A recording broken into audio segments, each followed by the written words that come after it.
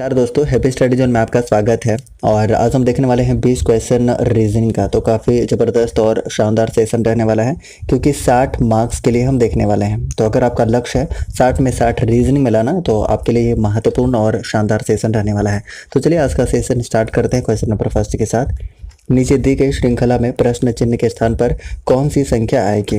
तो देखिए, number series का जब भी आपके सामने क्वेश्चन आता है तो सबसे पहले आप डिफरेंस देखिए, अंतर देखने की कोशिश कीजिए कि अंतर क्या है। तो देखिए, ये दो नंबर के बीच में आपको डिफरेंस कितना देखने को मिल रहा है, तो आपको 11 देखने को मिल रहा है।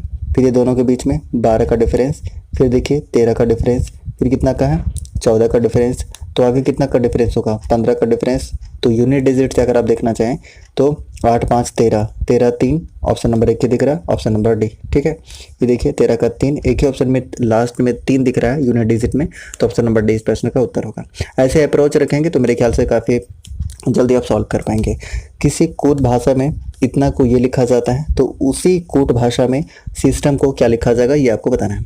तो देखिए यहाँ पर क्या किया है, ये एज इट इज नंबर को लिख दिया है। जैसे ए का प्लेस वैल्यू कितना होता है 1 होता है, आर का कितना होता है, आर का 18 होता है। तो उसी तरीके से सबका प्लेस वैल्यू ये लिख दिया है। ठीक है, तो बस काफ़ी इजी है ये। तो सबसे पहले 19, फिर 25, 19, 20, कौन सा ऑप्शन में देखने को मिल रहा है 19। ये देखिए, ये दोनों ही ऑप्शन है जो कि सेम आपको मिल रहा है। ये दोनों तो खत्म हो गए क्योंकि इसमें 21 है 20 है नहीं, तो ये ही दोनों ऑप्शन तो खत्म हो गया। 18 से शुरू है, तो ये दोनों ऑप्शन एलिमिनेट हो गया। अब देखिए लास्ट में कितना है, एम है, एम का कितना होता है 13 होता है, 14 नहीं होता है। तो ऑप्शन नंबर सी इस प्रश्न का उत्तर हो जाएगा। ठीक है, option number C. Next question आपको बताना है कि जिस प्रकार मूल्यवान का संबंध कीमती से है, उसी प्रकार सूखा का संबंध किससे होगा। तो सूखा, सूखा मतलब निर्लज, निर्जल, ऑप्शन नंबर क्या हो जाएगा निर्जल इस प्रश्न का उत्तर हो जाएगा। राइट। चलिए क्वेश्चन नंबर 4 देखिए कि नीचे प्रश्न आकृतियों में दिखाए अनुसार कागज को मोड़कर छेदने तथा खोलने के बाद यह किस उत्तर आकृति जैसा दिखाई देगा, ये आपको बताना है। और प्रश्न आकृतियां दी गई हैं।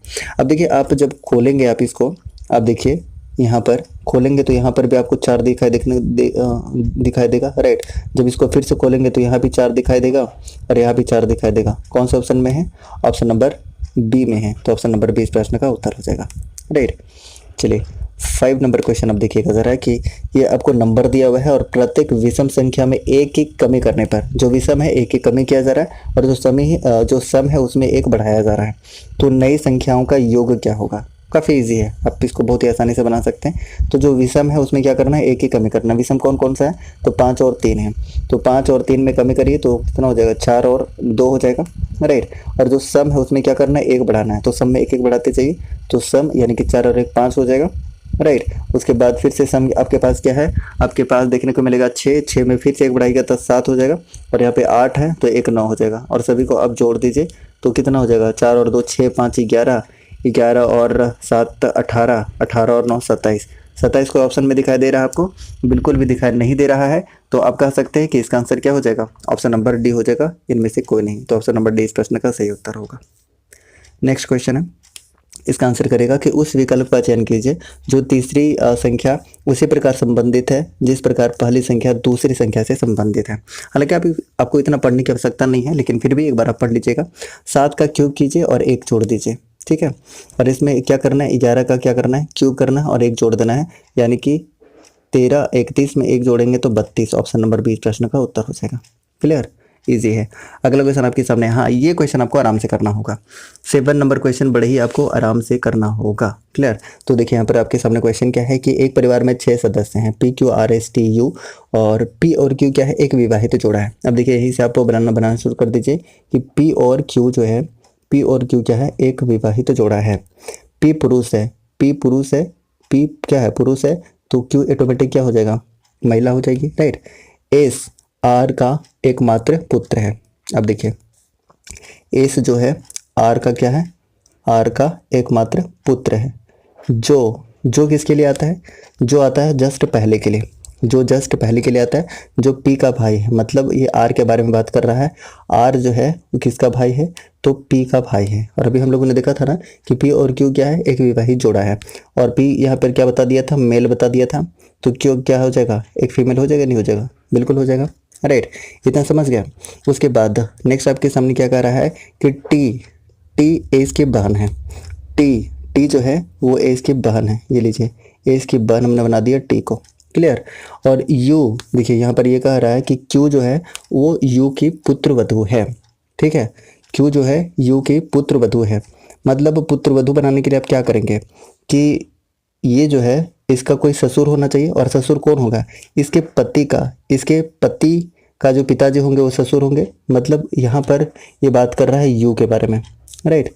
तो यू किसका हो जाएगा, तो आर और पी का पिता हो जाएगा। और पी का पिता कौन कौन हो जाएगा, पिता नहीं, पिता है या माता अभी नहीं पता, बस इतना पता है कि यू का क्या है, पुत्रवधू है। चलिए अगला लाइन पढ़ते हैं, क्लियर हो जाएगा। अब कह रहा है कि जिसका पति मर चुका है, जिसका मतलब जिसका उसके पहले के लिए आता है तो यू के लिए आया हुआ है, जिसका मतलब पति मर चुका है, इसका जो पति है वो मर चुका है। इसका मतलब ये क्लियर हो गया कि जब पति मर चुका है इसका मतलब ये महिला रही होगी, ये महिला रही होगी।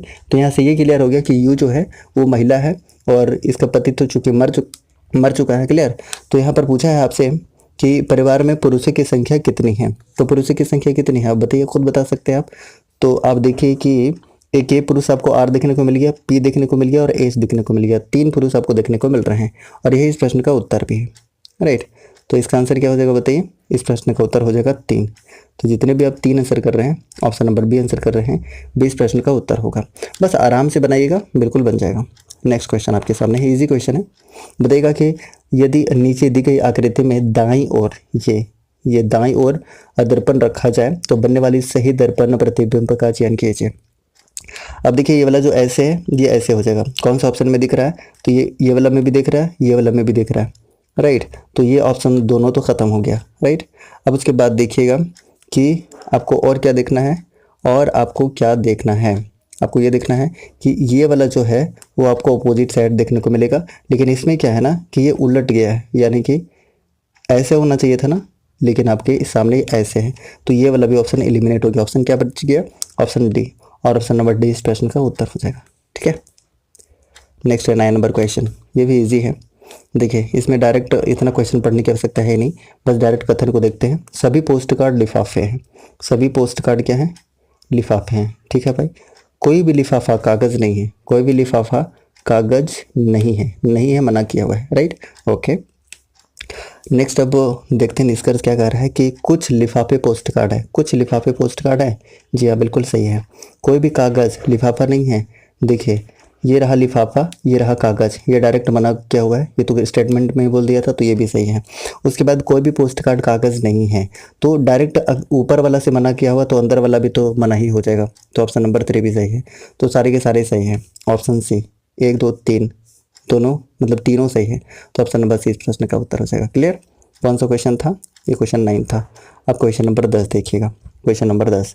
अब देखिए इसको क्या करना है, सार्थक क्रम में आपको अरेंज करना है।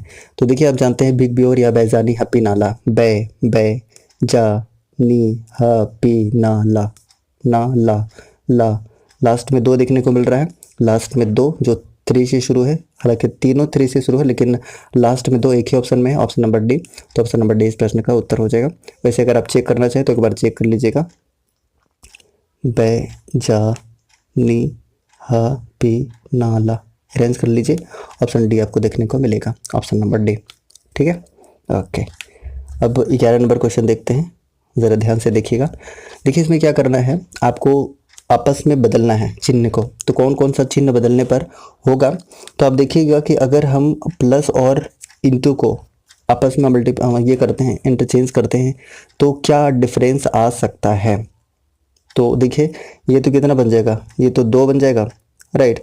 और अगर हम ये वाला इंटू कर देते हैं तो ये 12 बन जाएगा, राइट।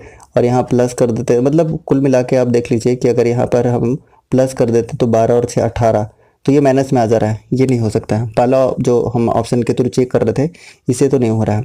दूसरे ऑप्शन को चेक करके देखिए, तो चेक करिएगा तो ये कितना हो जाएगा, प्लस हो रहा है ना भाग की जगह पे, तो ये 36 हो जा रहा है, बिल्कुल 36 हो जा रहा है। ये माइनस तो एज इट इज़ रहेगा, राइट। और क्या चेंज कर रहा है, प्लस की जगह पे भाग चेंज कर रहा है, तो 3 हो जाएगा, 6 18 हो जाएगा, और 36 में 18 जाएगा तो 18 बचेगा। ये सेटिस्फाइड कर रहा है, राइट, ये सेटिस्फाई कर रहा है। तो ऑप्शन नंबर 20 प्रश्न का उत्तर होगा, जितने भी आंसर कर रहे हैं। Clear, okay. अब देखिए आपके सामने 12 नंबर क्वेश्चन है, 12 नंबर क्वेश्चन देखिएगा ज़रा। इसमें क्या करना है, इसमें सबसे पहले कथन को पढ़िएगा ज़रा कि अंग्रेजी के सभी चलचित्र हिंसात्मक होते हैं। देखिए आपने सब कुछ भी अज्यूम नहीं करना है, जो स्टेटमेंट बोल रहा है उसी को ध्यान से देखना है। कुछ लोगों को अंग्रेजी चलचित्र देखना अच्छा लगता है, ठीक है, ओके। अब निष्कर्ष देखते हैं कि अंग्रेजी चलचित्र देखने वाले सभी लोगों को हिंसा अच्छी लगती है। हाँ, हो सकता है, इसके बारे में देखते हैं। दूसरा क्या है कि जिन लोगों को हिंसा अच्छी लगती है वे सभी अंग्रेजी चलचित्र देखते हैं। दूसरा तो बिल्कुल भी गलत है, दूसरा बिल्कुल भी गलत है, दूसरा तो सही नहीं है। लेकिन कुछ हद तक स्टेटमेंट के अनुसार ऑप्शन नंबर 1 जो है वो सही लग रहा है, तो ऑप्शन नंबर ए इस प्रश्न का उत्तर हो जाएगा, ठीक है। नेक्स्ट है 4 लोग MNO और P ताश खेल रहे हैं। अब देखिए 4 लोग कैसे ताश खेलेंगे, तो इस अंदाज में खेलेंगे, ये लीजिए इस अंदाज में होंगे, क्लियर, इस अंदाज में होंगे। M बाईं ओर है N के बाईं ओर है, N के बाईं ओर क्या रख देते हैं, M को रख देते हैं, क्लियर। अच्छा P बाईं ओर है O के, ठीक है, P जो है O की क्या है, बाईं ओर है, ये लीजिए मैंने रख दिया। तो इनमें से कौन जोड़ीदार है, इनमें से कौन जोड़ीदार है ये आपको बताना है। तो देखिए आपको कौन सा जोड़ीदार देखने को मिल रहा है, आप P और O देखिए, ये रहा P और ये रहा O, ये तो जोड़ीदार नहीं हुआ, ये गलत हो गया। उसके बाद देखिए M और N ये भी नहीं है। फिर देखिए M और P ये भी नहीं है। तो N और P, हाँ ये तो मिल गया, ये लीजिए N और P ये वाला आपको देखने को मिल रहा है, तो ऑप्शन नंबर डी इस प्रश्न का उत्तर हो जाएगा, क्लियर। तो ऑप्शन नंबर क्या करेंगे, ऑप्शन नंबर डी। तो डी जितने भी कर रहे हैं बिल्कुल सही है, ठीक है। चलिए अब 14 नंबर क्वेश्चन देखिएगा। 14 नंबर क्वेश्चन आपके सामने क्या कह रहा है, देखिए ये काफ़ी इजी क्वेश्चन है, समझिएगा ज़रा, आप आसानी से इसको कर सकते हैं, बड़े ध्यान से समझिएगा। ये कर क्या रहा है एक्चुअली में, आप देखिए यहाँ 25 का स्क्वायर करके मतलब 25 का स्क्वायर किया, मतलब 5 का स्क्वायर 25 हुआ और 2 का स्क्वायर 4 हुआ, घटा दिया दोनों को 21 आ गया। उसी तरह से 36 में से 9 घटा दिया, 49 में से 16 घटा दिया, तो 81 में से 4 घटाएंगे 77 बचेगा, ऑप्शन नंबर ए, ठीक है, स्क्वायर करके घटा दिया गया है, क्लियर, ओके। अब देखिए 15 नंबर क्वेश्चन देखते हैं, काउंट करना है कि त्रिभुज कितने हैं। तो एक चीज़ आप समझिएगा कि 1 2, तो 1 2 ये हो गया और एक बड़ा वाला 3 हो गया, यानी कि एक वाले बॉक्स में आपको 3 देखने को मिल रहा है। तो 3 यहाँ पर और 3 यहाँ पर, 3 3 कितना हो गया, 6 हो गया, 3 3 6 तो हुआ ही, साथ ही साथ आप समझिएगा कि ये वाला भी देखने को मिल रहा है और एक ये वाला भी, ये वाला त्रिभुज और एक ये वाला भी। तो एक वाले में आपको कितना देखने को मिल रहा है, 8 देखने को मिल रहा है, ठीक है, क्योंकि 3 यहाँ 3 यहाँ, 3 3 6 हो गया, एक 7 हो गया और एक 8 हो गया। तो एक वाले बॉक्स में आपको 8 देखने को मिल रहा है, इसमें भी 8 देखने को मिल रहा है, इसमें भी 8 देखने को मिल रहा है। अब समझिएगा 8, एक ये और एक ये, 8, फिर यहाँ पर 2 हो जाएगा। फिर आप ज़रा ध्यान दीजिएगा, एक ये वाला और एक ये वाला, 2 और ऐड हो गया, 8 दिए 24 और 2 26, इस प्रश्न का उत्तर हो जाएगा, क्लियर। तो आंसर क्या करेंगे, ऑप्शन नंबर सी। तो ये 15 नंबर क्वेश्चन था, 15 नवंबर क्वेश्चन, और इसका आंसर क्या हो जाएगा, ऑप्शन नंबर सी, क्लियर। चलिए अब 16 नंबर क्वेश्चन अब ज़रा देखते हैं। 16 नंबर क्वेश्चन देखिएगा ज़रा क्या कह रहा है। ये देखिए डायग्राम आपके पास दिया हुआ है, डायग्राम दिया हुआ है, इतना लंबा चौड़ा कहानी पढ़ने की ज़रूरत नहीं है, पहले आप क्वेश्चन पढ़िए। क्वेश्चन क्या कह रहा है कि कितने क्रिकेटर शतरंज खिलाड़ी तो हैं लेकिन क्लर्क नहीं है, ये क्लर्क से मना किया हुआ है। तो सबसे पहले ढूंढे कि क्लर्क कहाँ है, क्लर्क किसको रिप्रेजेंट कर रहा है, देखिए वृत्त को कर रहा है, यानी कि जो वृत्त के अंदर होगा, जो वृत्त के अंदर होगा उसको एलिमिनेट करना, वो नहीं होना चाहिए, राइट। क्या क्वेश्चन क्या कह रहा था कि जो क्रिकेटर हैं और शतरंज खिलाड़ी हैं, तो 3 डायग्राम है तो 2 ही हो जाएगा, यानी कि क्या हो जाएगा, 22 इस प्रश्न का उत्तर हो जाएगा। तो स्मार्ट अप्रोच रखेंगे तो आप जल्दी बना सकते हैं, राइट। चलिए 22, ऑप्शन नंबर सी इस प्रश्न का उत्तर हो जाएगा, जितने भी सी कर रहे हैं सही है, राइट, ओके।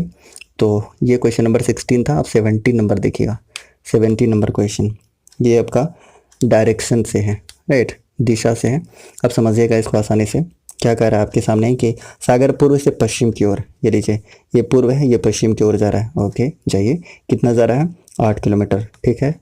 नेक्स्ट है कि फिर दाईं ओर मुड़कर कितना, 2 किलोमीटर चलता है, ये लीजिए दाहिना कर देते हैं और 2 किलोमीटर मुड़ा देते हैं। अंत में फिर से वो दाएं मुड़कर 5 किलोमीटर चलता है, ये लीजिए भाई 5 किलोमीटर इसको हम चला देते हैं, ये लीजिए 5 किलोमीटर इसको चला दिए। अब प्रारंभिक बिंदु से, ये रहा प्रारंभिक बिंदु, प्रारंभिक बिंदु से अब वो किस ओर है, ये वाला पोजीशन पूछ रहा है। तो देख लीजिए आप इसको, बस पोजीशन निकाल लीजिए। तो ये उत्तर हो गया और ये पश्चिम हो गया। उत्तर पश्चिम कौन से ऑप्शन में देखने को मिल रहा है, ऑप्शन नंबर बी, आंसर हो जाएगा B, clear, okay. Next question आपके सामने है, क्वेश्चन नंबर कौन सा हो जाएगा, 18 नंबर क्वेश्चन। देखिएगा ज़रा इसको कैसे सॉल्व किया जाता है।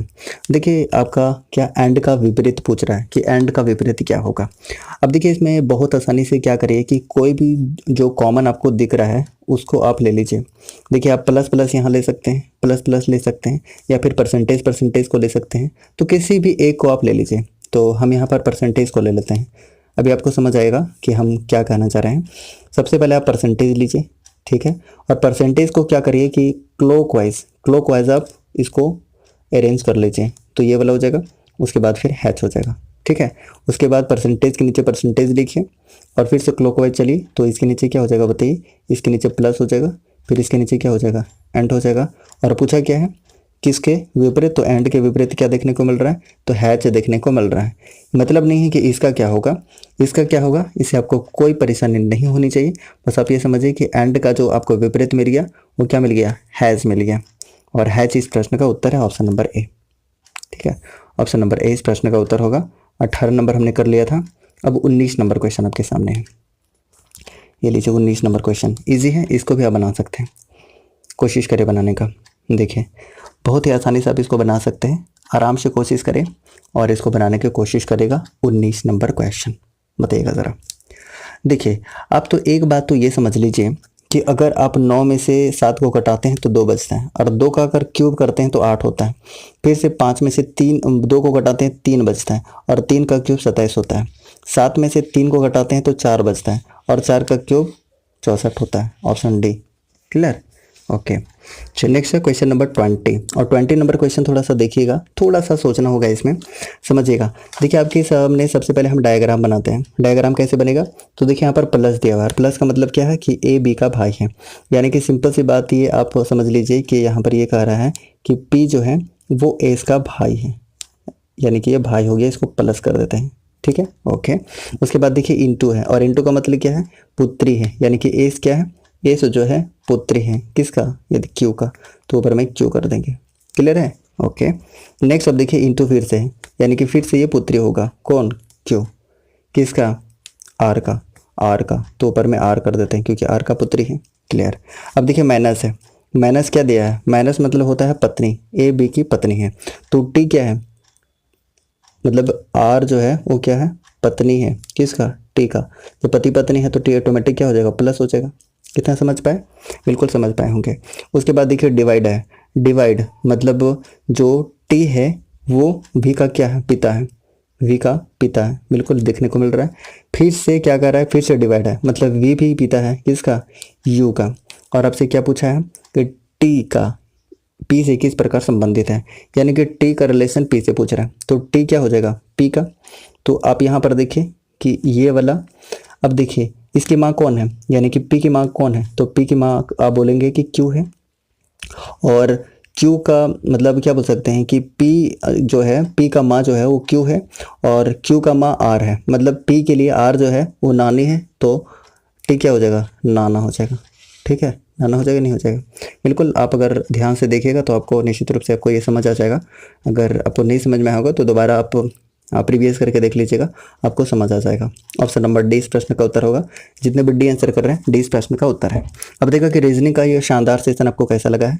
अगर अच्छा लगा होगा तो एक एक लाइक करिए, और जो नए हैं वो फटाफट से सब्सक्राइब कर लीजिएगा। और ये सीरीज़ क्या कंटिन्यू रखना चाहिए ये बार सारे लोग फटाफट से कमेंट करके बता दीजिएगा। तो लेते हैं विदा, मिलते हैं नेक्स्ट क्लास में, तब तक के लिए जय Hind, bye bye, have a nice day.